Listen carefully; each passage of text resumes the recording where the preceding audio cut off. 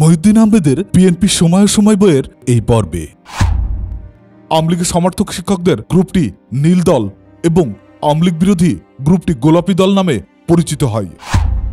Syndicate হলে ঢাকা বিশ্ববিদ্যালয়ের সর্বোচ্চ সিদ্ধান্ত প্রয়োগকারী ফর্ম। বিএনপি একটি দল হিসেবে টিকে থাকাটাই ছিল বড় চ্যালেঞ্জ। শিক্ষক রাজনীতি বাংলাদেশের রাজনীতিতে ঢাকা বিশ্ববিদ্যালয়ের একটা গুরুত্বপূর্ণ ভূমিকা বরাবরই ছিল। ছাত্রদের মধ্যে যেমন শিক্ষকদের মধ্যেও কম নয়। ক্ষমতাসীন সরকারগুলো সবসময়ই এখানেই থাবা বসাতে চেয়েছে। আবার ক্ষমতাসীনদের অগণতান্ত্রিক আচরণের বিরুদ্ধে শিক্ষকেরাও অনেক সময় সবর হয়েছেন, প্রতিবাদ বিক্ষোভ করেছেন। যত দিন গেছে ইহজাতিক লাভালাভের কারণে শিক্ষকদের একটি অংশ সরকারি দলের মোসাহেবি করেছেন এবং না পাওয়ার বেদনা থেকে অনেকেই বিরোধিতা করেছেন, অথবা ভবিষ্যতে কিছু পেতে পারেন এই আশায় বিরোধী রাজনৈতিক দলের প্রতি সমর্থন দিয়েছেন। আদর্শবাদী শিক্ষকও ছিলেন কেউ কেউ, তবে তাদের সংখ্যা হাতে গোনা যায়। দেশ স্বাধীন হওয়ার পর ঢাকা বিশ্ববিদ্যালয়ের ক্ষমতাসীন সরকারের পছন্দের শিক্ষকদের মধ্যে ছিলেন মোজাফফর আহমেদ চৌধুরী রাষ্ট্রবিজ্ঞান, কবির চৌধুরী ইংরেজি, নীলিমা ইব্রাহিম বাংলা প্রমুখ। আওয়ামী লীগ বিরোধী শিক্ষকেরা তখন ঢাকা বিশ্ববিদ্যালয়ে আলাদা গোষ্ঠী তৈরি করেছিলেন। এই গোষ্ঠীর সংগঠকদের মধ্যে ছিলেন আহমেদ শরীফ বাংলা, সিরাজুল ইসলাম চৌধুরী ইংরেজি, M A Latif ভূতত্ত্ব, ABM Habibullah ইসলামের ইতিহাস প্রমুখ। আওয়ামী লীগের সমর্থক শিক্ষকদের গ্রুপটি নীল দল এবং আওয়ামী লীগ বিরোধী গ্রুপটি গোলাপি দল নামে পরিচিত হয়। জেনারেল এরশাদ যখন রাষ্ট্র ক্ষমতায়, তখন জিয়াউর রহমান সমর্থকেরা শিক্ষকদের নিয়ে আরেকটি দল তৈরি করার পরিকল্পনা করেন। উদ্যোগটা নিয়েছিলেন বিএনপির নেতা মেজর জেনারেল মজিদুল হক। তার স্ত্রীর বড় বোন রোকেয়া হলের প্রভোস্ট নুরুন্নাহার ফাইজুন্নেসার বাসায় গোপনে সলাপরামর্শ হয়। গোলাপি দলের মধ্য থেকে এই উদ্যোগের মূল ভূমিকা রেখেছিলেন মোহাম্মদ মনিরুজ্জামান মিয়া ভূগোল, এস.এম.এ ফায়েজ মৃত্তিকা বিজ্ঞান, আনোয়ারুল্লাহ চৌধুরী সমাজবিজ্ঞান, শহীদুদ্দিন আহমেদ ব্যবস্থাপনা, ইউসুফ হায়দার পদার্থবিজ্ঞান, ওয়াকিল আহমেদ বাংলা প্রমুখ। সিরাজুল ইসলাম চৌধুরীও এদের সঙ্গেই ছিলেন। একটা কমিটি তৈরি করার জন্য তারা বেশ কয়েকবার বৈঠক করেন। 1988 সালে 4 এপ্রিল এরকম একটা বৈঠক কমিটি তৈরি করা নিয়ে মতভেদ হয়। ওই সভায় ইয়াজউদ্দিন আহমেদ, সিরাজুল ইসলাম চৌধুরী, মনিরুজ্জামান মিয়া, আহমদুল্লাহ মিয়া, এস.এম.এ ফায়েজ, আনোয়ারুল্লাহ চৌধুরী, শহীদুল্লাহ আহমেদ, খন্দকার মোশাররফ হোসেন ও সাইদুর রহমান সাধারণ সভা ডেকে পূর্ণাঙ্গ কমিটি তৈরির দাবি জানান এবং কাজ চালানোর জন্য আপাতত 2 জন আহ্বায়ক ও 4 জন যুগ্ম আহ্বায়ক মনোনয়ন করে একটি অন্তর্বর্তীকালীন কমিটি করার পরামর্শ দেন।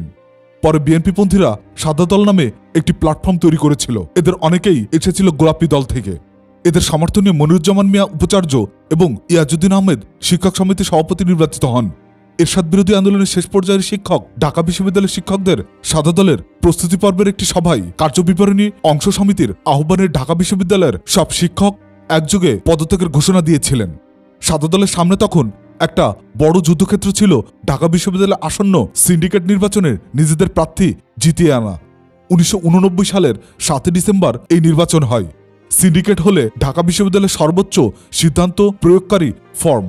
সিন্ডিকেট নির্বাচনে সাদা দলের প্রার্থী ছিলেন আনোয়ারুল্লাহ চৌধুরী ডিন সমাজবিজ্ঞান অনুষদ, K M Mohsin provost Shamsullah hall, S M A ফায়েজ অধ্যাপক মৃত্তিকা বিজ্ঞান বিভাগ, হুমায়ুন আহমেদ সহযোগী অধ্যাপক রসায়ন বিভাগ, মোহাম্মদ আনোয়ার হোসেন সহকারী অধ্যাপক প্রাণ রসায়ন বিভাগ এবং এবিএম শহীদুল্লাহ ইসলাম মার্কেটিং বিভাগ।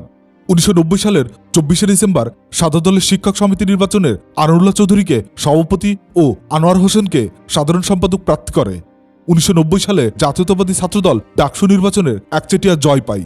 তাদের এই জয়ে তাদের শিক্ষকদের অবদান কম ছিল না। বিএনপির বুদ্ধিবৃত্তিক দিকটার নেতৃত্বে তখন ছিল সাদা দলের শিক্ষক নেতা আনোয়ারুল্লাহ চৌধুরী ও মোহাম্মদ আনোয়ার হোসেন। আনোয়ার হোসেন একসময় জাসদ গণবাহিনীর ঢাকানগর শাখার কমান্ডার ছিলেন। ঢাকা বিশ্ববিদ্যালয়ের শিক্ষক রাজনীতি মোটেও নিষ্কাম নয়। সমিতির নেতারাই সচরাচর উপাচার্য পদে নিয়োগ পান। বিভিন্ন সরকারি এবং সাংবিধানিক কমিশনে এই জায়গা পাওয়া এবং নানা সরকারি সুযোগ সুবিধা ও পৃষ্ঠপোষকতায় তো আছেই। এই জন্য কেউ কেউ সরকার বদল হলেই নিজের রঙও পাল্টে ফেলেন। এইরকম একজন হলেন মোহাম্মদ আনোয়ার হোসেন। 1996 সালে আওয়ামী লীগ সরকার গঠন করার পর তিনি হঠাৎ বঙ্গবন্ধুর সৈনিক হয়ে যান এবং নীলবর্ণ ধারণ করে। এই দল থেকে তিনি পরে শিক্ষক সমিতির সাধারণ সম্পাদক নির্বাচিত হয়েছিলেন। 1973 সালে ঢাকা বিশ্ববিদ্যালয়ের আইন অনুযায়ী শিক্ষকদের নির্বাচিত 3 জনের প্যানেল থেকে আশ্চর্য একজন উপাচার্য নিয়োগ করেন। প্যানেলে যিনি সবচেয়ে বেশি ভোট পান তাকে উপাচার্য নিয়োগ করার আইনগত বাধ্যবাধকতা নেই। 1976 সালে নীল প্যানেল থেকে অধ্যাপক আব্দুল মতিন চৌধুরী সবচেয়ে বেশি ভোট পেয়েছিলেন। তারপরই ছিলেন অধ্যাপক কবির চৌধুরী এবং সর্বশেষ অধ্যাপক ফজলুল হালিম চৌধুরী। মতিন চৌধুরীর বিরুদ্ধে দুর্নীতির মামলা ছিল। কবির চৌধুরীর বিরুদ্ধে প্রচার ছিল যে তিনি কমিউনিস্ট। এইবার ফজলুল হালিম চৌধুরীকে উপাচার্য নিয়োগ করা হয়েছিল। তিনি একনাগাড়ে 7 বছর এই দায়িত্বে ছিলেন। 1983 সালে নীল প্যানেল থেকে কবির চৌধুরী সবচেয়ে বেশি ভোট পেয়েও উপাচার্য হতে পারেননি। প্যানেলের দ্বিতীয় স্থানে ছিলেন অধ্যাপক AKM সিদ্দিক। সবচেয়ে কম ভোট পেয়ে অধ্যাপক শামসুল হক উপাচার্য হয়েছিলেন। ঢাকা বিশ্ববিদ্যালয়ে দুটো ঘটনা ঘটেছিল সেনা শাসকের আমলে। উপাচার্য পদ পাওয়ার জন্য অনেকেই হুমড়ি খেয়ে পড়েন। এ যেন জীবনের একটা মোক্ষ লাভ। রাজপথের পরীক্ষায় পাশ। বিএনপির জন্ম হয়েছিল ক্ষমতার কেন্দ্র থেকে। রাষ্ট্রপতি জিয়াউর রহমান রাষ্ট্রের সুযোগ সুবিধা ব্যবহার করে দলটি তৈরি করেন। কিন্তু বিএনপি সত্যিকার অর্থে একটি রাজনৈতিক দল হওয়ার সুযোগ সৃষ্টি হয় যখন দলটি ক্ষমতার বৃত্ত থেকে ছিটকে পড়ে। এরশাদের ক্ষমতা দখলের পর থেকেই বিএনপি প্রতিকূল পরিস্থিতির মুখে পড়ে। নানান প্রলোভনে পড়ে শীর্ষস্থানীয় অনেক নেতাই দল ছেড়ে চলে যান। এই সময় বিএনপি একটি দল হিসেবে টিকে থাকাটাই ছিল বড় চ্যালেঞ্জ। 1979 সালে জিয়া বিএনপির একটি স্থায়ী কমিটি, স্ট্যান্ডিং কমিটি তৈরি করেন এবং AQM বদিউজ্জামান চৌধুরীকে মহাসচিবের দায়িত্ব দেন। বদিউজ্জামান চৌধুরী শত বিপদের মধ্যেও দল ছাড়েননি। এরপর কর্নেল মোস্তাফিজুর রহমান এবং KM ওবায়দুর রহমান কিছুকালের জন্য দলের মহাসচিবের দায়িত্ব পালন করেছিলেন। 1988 সালে মহাসচিব পদে পরিবর্তন আসে। তখন এই দায়িত্বের কাঁধে তুলে নেন আব্দুল সালাম তালুকদার। মূলত বদিউজ্জামান চৌধুরী ও পরে আব্দুল সালাম তালুকদারের নেতৃত্বে ভর করে বিএনপি এরশাদের স্বৈরশাসনের জামানা পার করে। বিরোধী দল থেকেই বিএনপি ধীরে ধীরে একটি রাজনৈতিক দলের চরিত্র অর্জন করে। বাংলাদেশের রাজনীতিতে ঢাকা বিশ্ববিদ্যালয়ের প্রভাব অপরিসীম। ঢাকা বিশ্ববিদ্যালয়ের কোন ছাত্র সংগঠনের প্রাধান্য বেশি তা অধিকাংশ সময়ে জাতীয় রাজনীতির সমীকরণ নির্ধারণ করে থাকে। 1970 সালের পর ডাকসু নির্বাচনে আওয়ামী লীগের সমর্থিত ছাত্রলীগ কখনো জয় পায়নি। হল সংসদগুলোতে 1980 সাল থেকেই বিএনপি সমর্থিত জাতীয়তাবাদী ছাত্রদল জিততে থাকে। অবশ্য 1979 সালের 8 ফেব্রুয়ারি অনুষ্ঠিত ডাকসু নির্বাচনে সম্মিলিত ছাত্র সংগ্রাম পরিষদের ব্যানারে আওয়ামী লীগ সমর্থিত ছাত্রলীগের সুলতান মোহাম্মদ মনসুর সহসভাপতি হয়েছিলেন। সাধারণ সম্পাদক হয়েছিলেন জাসদ সমর্থিত ছাত্রলীগের ডক্টর মোশতাক হোসেন।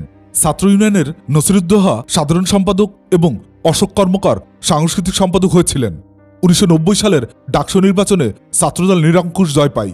ডাকসুতে ছাত্রদলের আমানুল্লাহ আমান ও খায়রুল কবির খোকনের নেতৃত্বাধীন ছাত্র সংসদ তখন প্রকাশ্যেই জানান দিয়েছিল বিএনপি দেশের একটি জনপ্রিয় রাজনৈতিক দল। এর প্রতিফলন ঘটেছিল পরবর্তী জাতীয় সংসদ নির্বাচনে। বইটির অডিও বুক নিয়মিত শুনতে চ্যানেলটি সাবস্ক্রাইব করে সঙ্গে থাকুন। ভালো থাকবেন।